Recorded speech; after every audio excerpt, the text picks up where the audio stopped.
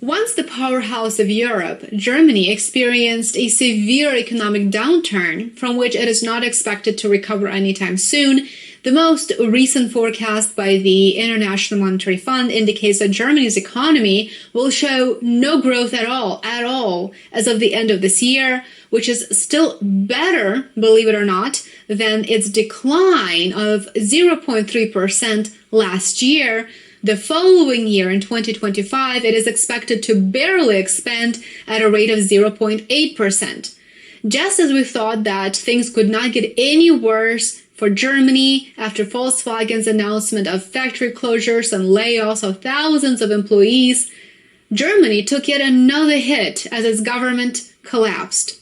This time, it is quite clear that any hope for a recovery that anyone may have had up until this point is likely gone, at least in the near term, as the country finds itself in a deep political, social, and economic crisis.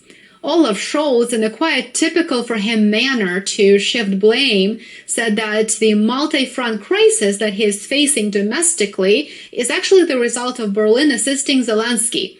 There is some truth to that, yes. Scholz did blame now former finance minister Christian Lindner for refusing to continue funding Zelensky. You may remember Christian Lindner is the one who called Germany the sick man of Europe. According to Scholz, Lindner's position broke down the coalition by polarizing officials and collapsing the German government. So it was Lindner's fault, according to Scholz. Prior to the crisis, Lindner actually moved to limit aid to Ukraine simply by pointing out the obvious fact. He said, look, Germany is no longer in a position to sustain its own economy, let alone fund a war. Well, Scholz disagreed, of course. Olaf Scholz naturally had nothing to do with the crisis, he failed to admit, even though he essentially fired Christian Lindner for refusing to approve a budget that would guarantee further military aid to Ukraine. Besides attempting to force Christian Lindner to approve a budget at the center of which would be continued aid to Ukraine, Scholz also said that now that Donald Trump is in office, or he's returning back to the office, Europeans and particularly Germany will have to increase their support for Ukraine. Lindner, despite his well-known faux pas, still refused to play along and to continue outright ignoring Germany's domestic economic issues at the expense of waging a proxy war on Russia. Annalena Baerbock, Germany's foreign minister, recently explained how Germany's economic crisis began as the result of it providing assistance to Ukraine. She said that 37 billion euros provided to Ukraine had to be cut from Germany's social spending programs.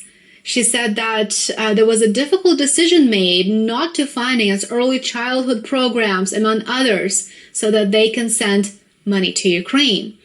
They even had to cut off investments in Germany.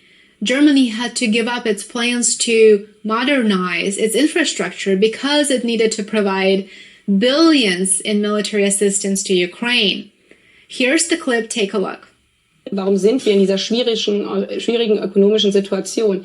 Letztes Jahr hat der Bundeskanzler und wir in der Bundesregierung schon gemeinsam besprochen, das geht so nicht weiter. Putin hat es auch darauf angelegt, den Frieden in Europa gegen den Zusammenhalt in unseren Gesellschaften zu stellen. Das ist Teil seiner Strategie, das kann man in allen Medien lesen. Das heißt, in der Situation, wo wir immer stärker reingerutscht sind, wir wollen und müssen die Ukraine unterstützen, um unseren Frieden zu sichern. 37 Milliarden Euro, die waren im Haushalt nie vorgesehen, weil wir immer in Frieden leben wollten. Ja. Die mussten immer bei anderen Bereichen abgeschnitten werden. Bei Sozialen, das waren schmerzhafte Entscheidungen für uns. Wenn wir sagen, wir können zum Beispiel frühkindliche Bildung in der Kita und Schule nicht weiterfinanzieren. Es musste abgeschnitten werden.